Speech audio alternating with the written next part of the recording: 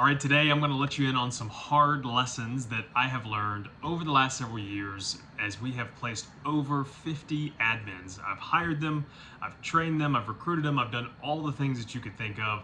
And today I want to share some of those lessons with you so you can avoid some of the heartache as you go to potentially get an admin into your front desk and as you are in the hiring and searching process.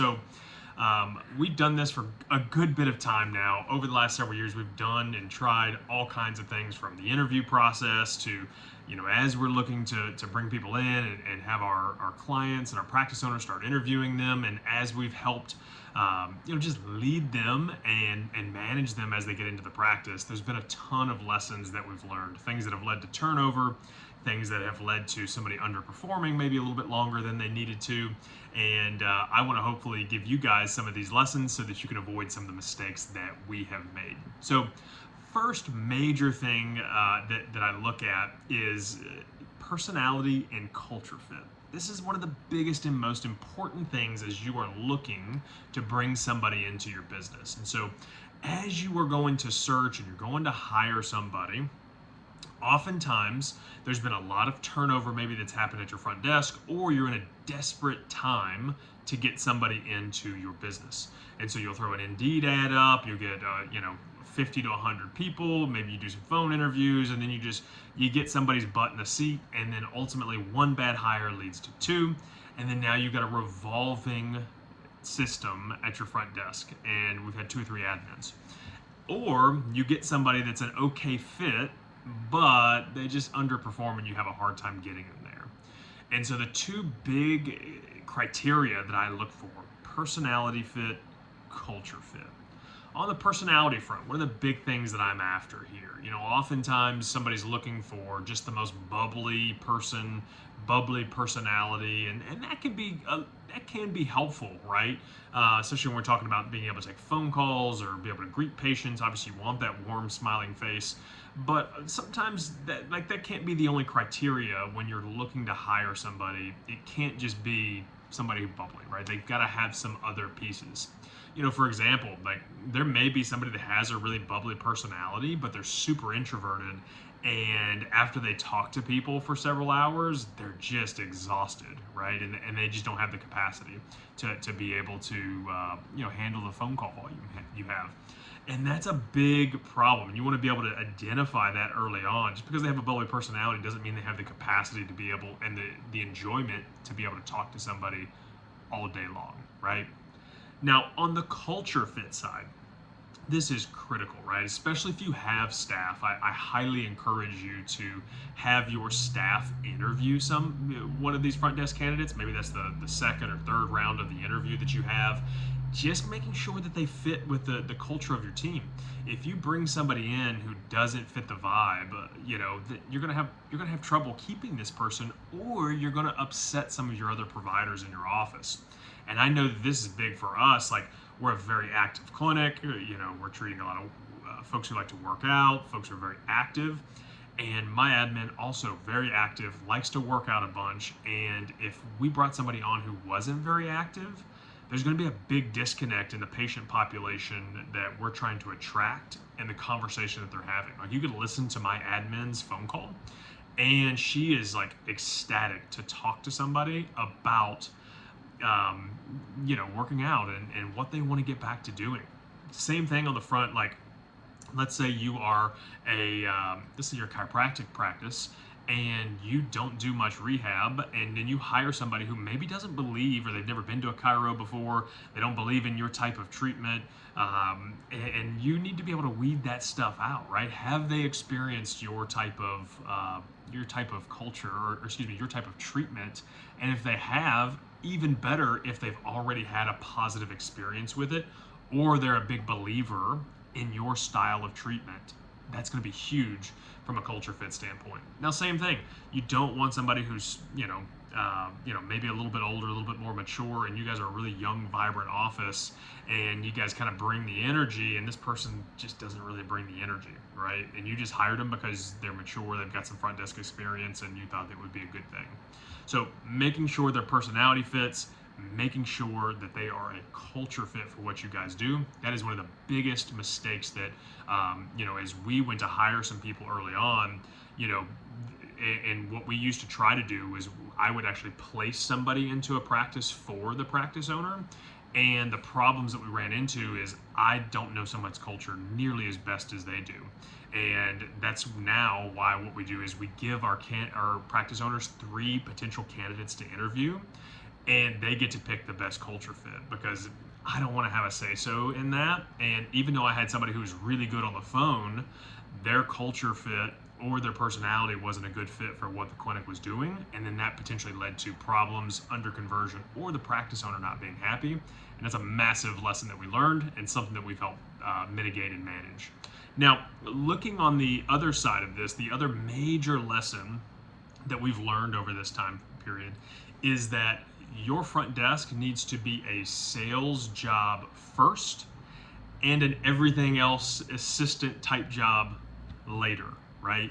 And what I mean by that is so many practice owners that go to bring in a front desk, I especially see this in insurance and hybrid-based practices, and even sometimes on the cash front as well, is that they use their front desk as just a garbage can to catch all the crap that's going on in the office. And oh yeah, by the way, I need you to also talk to people on the phone and answer the phone as people are calling in.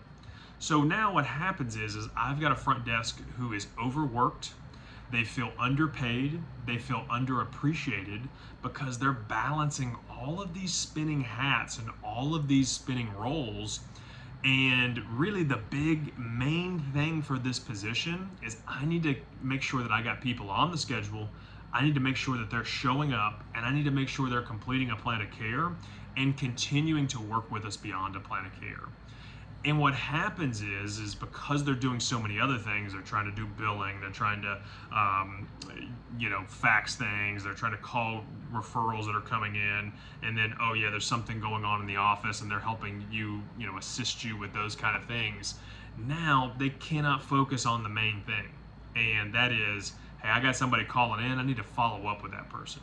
Because I can't tell you how many times an admin will talk to somebody on the phone, maybe they don't schedule right then and there, and then they have no follow-up process because they don't have the time. And this is especially true if you're running paid traffic, Facebook ads, some of those type of things. That can be huge. Speed to lead is one of the most critical things when we're talking to these folks.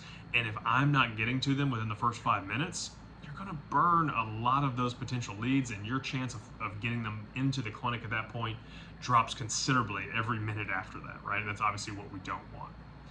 Now, that's why I like to focus on sales and sales only, right? So not only are we training our people to do that, but also let's teach these people to have a really good phone conversation early on. Because if they don't, what happens is they jump on a phone call, they sound incompetent, they sound confused, they sound uncertain. And when that confused, uncertain energy comes through on the phone call, now that's going to come off to your potential patient. And if you're a cash or hybrid practice, or you're out of network with their insurance, or even if you're in network with their insurance, I don't like going somewhere when the person I'm talking to sounds unsure and incompetent. Like I've almost scheduled appointments with people, and I ended up canceling it after the fact, but it was like, this lady just doesn't sound like she has her act together. I don't think I want to go there, right? And that negative energy can really come through to your potential client and lose you a lot of revenue if these people aren't converting and actually coming into the clinic, all because they've got a million and one things that they're juggling, and we're not actually focusing on the main thing, which is sales and following up with people, having a value-based conversation, not a money or insurance-based conversation, and being able to push back a little bit if this person's like, hey, I want to wait to reschedule, or I want to wait to schedule, can you call me back? Like being able to handle some of those objections and or prevent those objections from coming up. Ideally, that's the best thing, just preventing them altogether. That's going to be the major key to getting someone where they want to go. Now, the third major thing that I see, and the big lesson that we've learned is, hey, training has to extend beyond just 1 week. And here's what I mean by that.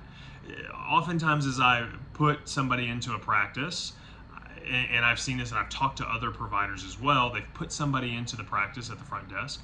They will sit them in a room, they hand them an onboarding handbook, right, something physical, or they've got some videos potentially for them to watch.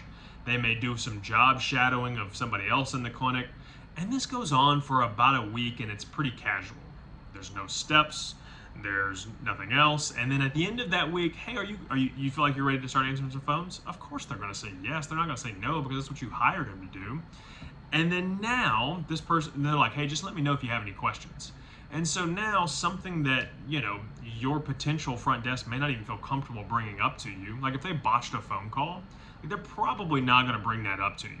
And so now you may find out 90 days later, after your probation period with this person, that, hey, they've been underperforming and haven't really been selling super well on the phone. But now it's kind of awkward, it's kind of hard to go back and correct some of those things. And you're busy because you're treating patients and managing the rest of your team. And so that's oftentimes people's onboarding and training playbook is, hey, we'll kind of work together for a week and you can shadow somebody, the office manager, and then boom, you're kind of on your way and hoping for the best.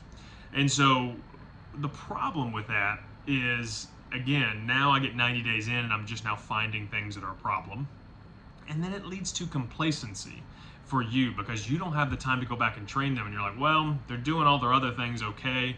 And, they're a decent fit for us, like personality and culture wise. And I just don't really have the time to go through them on phone calls. So we'll just get some more leads. We'll up our ad spend, or we'll do some more workshops, or we'll do whatever it is that we need to do to drive more leads in, or I'll do more physician marketing.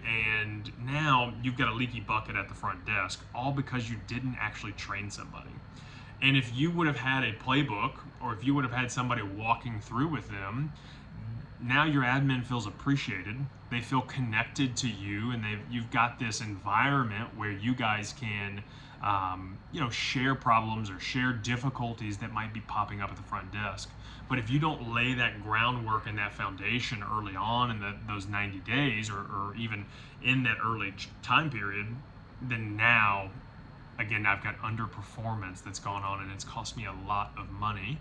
Or this person is absolutely going to turn over because they don't feel connected to you as the owner or as their manager.